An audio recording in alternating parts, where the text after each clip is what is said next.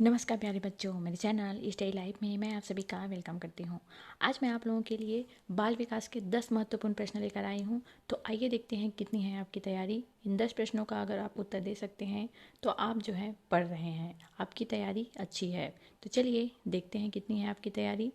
पहला प्रश्न है, विकास की प्रक्रिया में बालक के अंतर्गत किस प्रकार का परिवर्तन आता है। विकास की जो प्रक्रिया चल रही होती है उस समय बालक के अंतर्गत किस प्रकार का परिवर्तन आता है। मात्रात्मक परिवर्तन आता है, गुणात्मक परिवर्तन आता है, दोनों ही आता है, इनमें से कोई नहीं आता है। तो विकास की प्रक्रिया में बालक के अंतर्गत मात्रात्मक परिवर्तन भी आता है और गुणात्मक परिवर्तन भी आता है। तो इसका राइट आंसर रहेगा ऑप्शन सी। चलिए बढ़ते हैं नेक्स्ट क्वेश्चन। नेक्स्ट क्वेश्चन है आपका, स्वयं अथवा आत्ममोह लक्षण है। स्वयं अथवा आत्ममोह लक्षण है कौन सी अवस्था का। ऑप्शन ए शैशवावस्था का, ऑप्शन बी बाल्यावस्था का, ऑप्शन सी किशोरावस्था का, ऑप्शन डी प्रौढ़ावस्था का। तो स्वयं अथवा आत्ममोह लक्षण है किशोरावस्था का। किशोरावस्था में बालक स्वयं के बारे में ज़्यादा सोचने लगता है, उसे स्वयं से मोह हो जाता है, आत्ममोह लक्षण जिसे कहते हैं। तो ये किशोरावस्था की प्रमुख विशेषता है। तो इसका राइट आंसर रहेगा ऑप्शन सी। चलिए बढ़ते हैं नेक्स्ट क्वेश्चन। नेक्स्ट क्वेश्चन है आपका, निम्नलिखित में से किस काल को गिरोह अवस्था का काल कहा जाता है। गिरोह अवस्था का काल किसे कहा जाता है भाई। ऑप्शन ए वयस्क अवस्था, ऑप्शन बी किशोरावस्था, ऑप्शन सी शैशवावस्था, ऑप्शन डी बाल्यावस्था। तो गिरोह अवस्था का काल कहा जाता है बाल्यावस्था को। तो इसका राइट आंसर रहेगा ऑप्शन डी। चलिए बढ़ते हैं नेक्स्ट क्वेश्चन। नेक्स्ट क्वेश्चन है, दीवा सपनों में खोए रहना प्रमुख लक्षण है। बहुत ही इंपॉर्टेंट क्वेश्चन है ये। दीवा सपना या फिर इसे कह सकते हैं दीवा स्वप्न भी बोलते हैं। तो दीवा सपनों में खोए रहना प्रमुख लक्षण है वयस्क अवस्था का, किशोरावस्था का, बाल्यावस्था का, शैशवावस्था का। तो दीवा सपनों में खोए रहना प्रमुख लक्षण है बाल्यावस्था का। बाल्यावस्था में बालक जो है वो दीवा सपनों में अधिकतर खोए रहता है। तो इसका राइट आंसर रहेगा ऑप्शन सी। चलिए बढ़ते हैं नेक्स्ट क्वेश्चन। नेक्स्ट क्वेश्चन है आपका, अभिवृद्धि शब्द का प्रयोग किया जाता है। अभिवृद्धि या फिर इसे कह सकते हैं वृद्धि। तो इसका प्रयोग कहाँ किया जाता है। शारीरिक अर्थ में, सामाजिक अर्थ में, संवेगात्मक अर्थ में, बौद्धिक अर्थ में।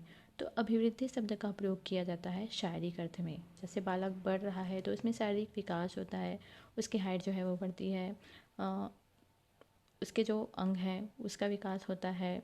तो ये आता है अभिवृद्धि या वृद्धि शब्द का प्रयोग शारीरिक अर्थ में किया जाता है। एक होता है विकास। विकास में बहुत सारा आएगा, शारीरिक विकास भी होता है, मानसिक विकास भी होता है, सामाजिक विकास भी होता है। तो वो है आपका विकास। लेकिन अभिवृद्धि शब्द का प्रयोग किया जाता है शारीरिक अर्थ में, मतलब बच्चा ग्रोथ कर रहा है, बढ़ रहा है। चलिए बढ़ते हैं नेक्स्ट क्वेश्चन।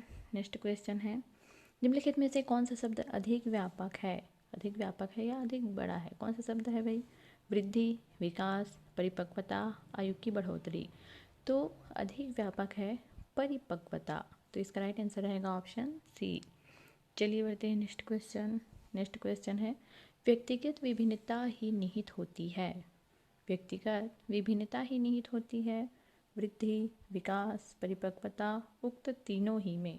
तो व्यक्तिगत विभिन्नता निहित होती है, वृद्धि में भी होती है, क्योंकि सभी की वृद्धि एक समान नहीं होती, अलग अलग होती है। हर व्यक्ति जो है वो अलग होता है, उनका विकास भी अलग होता है। किसी का शारीरिक विकास हो रहा है, किसी का मानसिक विकास हो रहा है, किसी का सामाजिक विकास हो रहा है और किसी का विकास हो ही नहीं रहा है।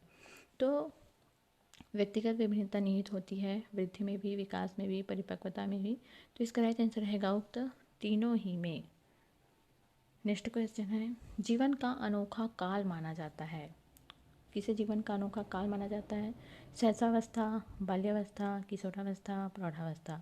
तो जीवन का अनोखा काल, ये क्वेश्चन कई बार पूछा जा चुका है, कई बार रिपीट हो चुका है। तो जीवन का अनोखा काल माना जाता है बाल्यावस्था को। बाल्यावस्था जीवन की बहुत ही अनोखी अवस्था है, अनोखा काल है। ये जो जीवन है वो शायद और पूरी ज़िंदगी में कभी नहीं आता, इसलिए बाल्यावस्था को जीवन का अनोखा काल माना जाता है। चलिए बढ़ते हैं नेक्स्ट क्वेश्चन। नेक्स्ट क्वेश्चन है, संग्रह करने की प्रवृत्ति पाई जाती है। संग्रह करने, इकट्ठा करने की प्रवृत्ति कब पाई जाती है। शैशवावस्था, बाल्यावस्था, किशोरावस्था या प्रौढ़ावस्था। तो संग्रह करने की प्रवृत्ति पाई जाती है बाल्यावस्था में। बालक जब छोटा रहता है तो कई सारी चीज़ों को इकट्ठा करता है। देखा होगा अपने आप लोगों ने अपने आसपास जो छोटी छोटी चीज़ें जो उसे अच्छी लगती है उन सबको वह संग्रह करके रखता है, इकट्ठा करके रखता है। तो संग्रह करने की प्रवृत्ति पाई जाती है बाल्यावस्था में। चलिए बढ़ते हैं नेक्स्ट क्वेश्चन।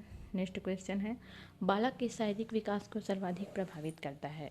बालक का जो शारीरिक विकास है वो सर्वाधिक प्रभावित क्या करता है?